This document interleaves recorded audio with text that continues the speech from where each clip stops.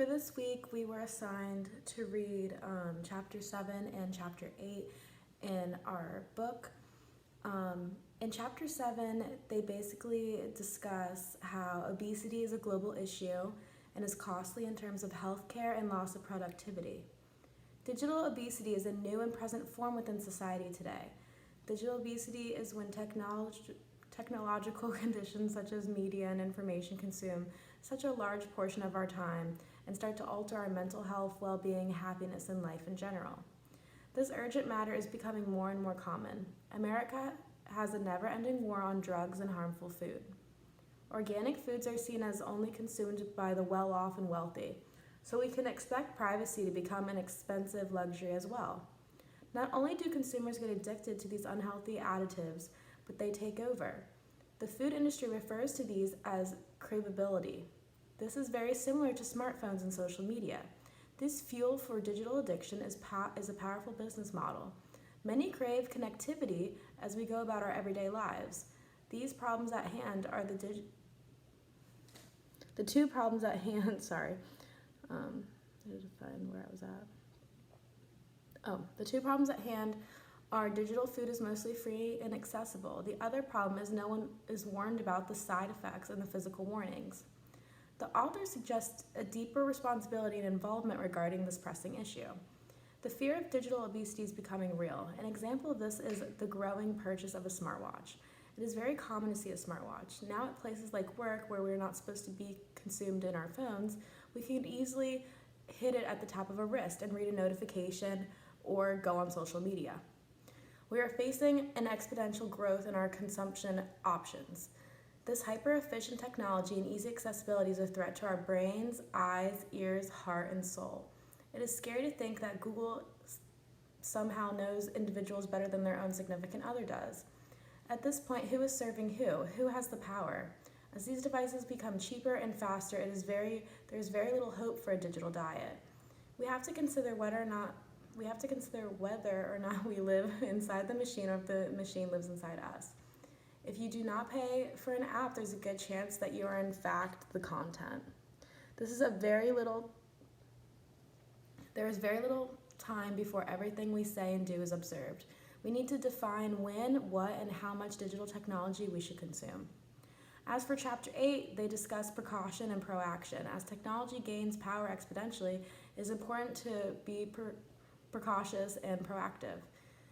The possible consequences and unintended outcomes are vast. When activity threatening harm to human health or the environment, precautionary measures should take place.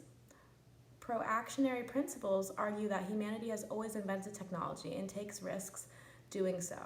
It is a slippery slope. On the one hand, precaution can install too much fear and create a self-amplifying circle of restraint.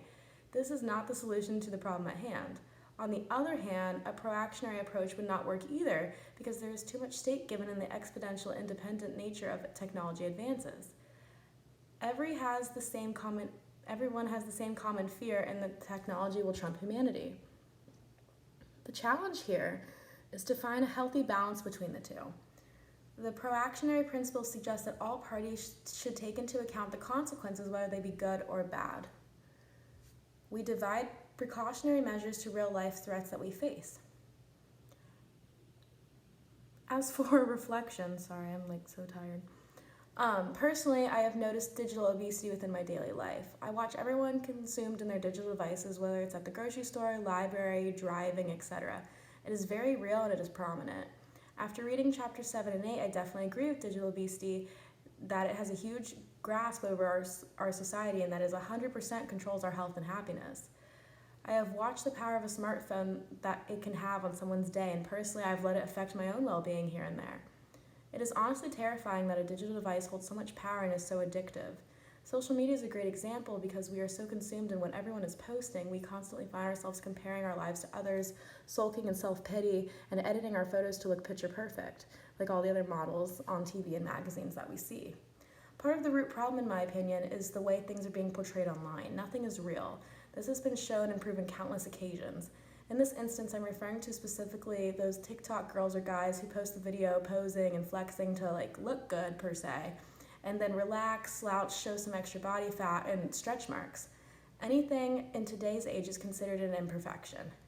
Growing up, commercials had a big influence on my young mind and definitely contributed to why I wanted to look a certain way and why I didn't like certain features about myself. We need to start normalizing imperfections and sharing basic knowledge on the harmful effects of digital devices and the power and harm it is causing on our brains and bodies. Aside from my opinion, a class-assigned video was the movie Social Dilemma on Netflix. This film goes over the harmful effects of digital devices and it has on any given individual. Something that stuck out in the movie, though, was the statistics. They were very alarming and made me worrisome. One in particular was when they addressed the skyrocketing number of suicide rates and self-harm among young teenagers. It didn't necessarily surprise me because they draw it back to before smartphones were influential in our life and share the difference in the results from then to now. When I think back to middle school, I can totally relate. Those were some of the most brutal years of my life, and mainly the bullying I endured and the self-harm I participated in had a big contribution. In the film, they also talk about digital obesity and don't refer to it as that exact term per se, but they address the influence, power, and addiction that comes from this per se illness, and then the consequences that will follow, making it eerily similar to Chapter 7. As for Chapter 8, I can't think of a specific text that we have covered that precisely correlates, but to be fair, we've only had about 4 given, I believe. Overall, each chapter is similar and discusses the different fears and risks and consequences associated with digital devices and what they have caused and what role they play in society. Thank you.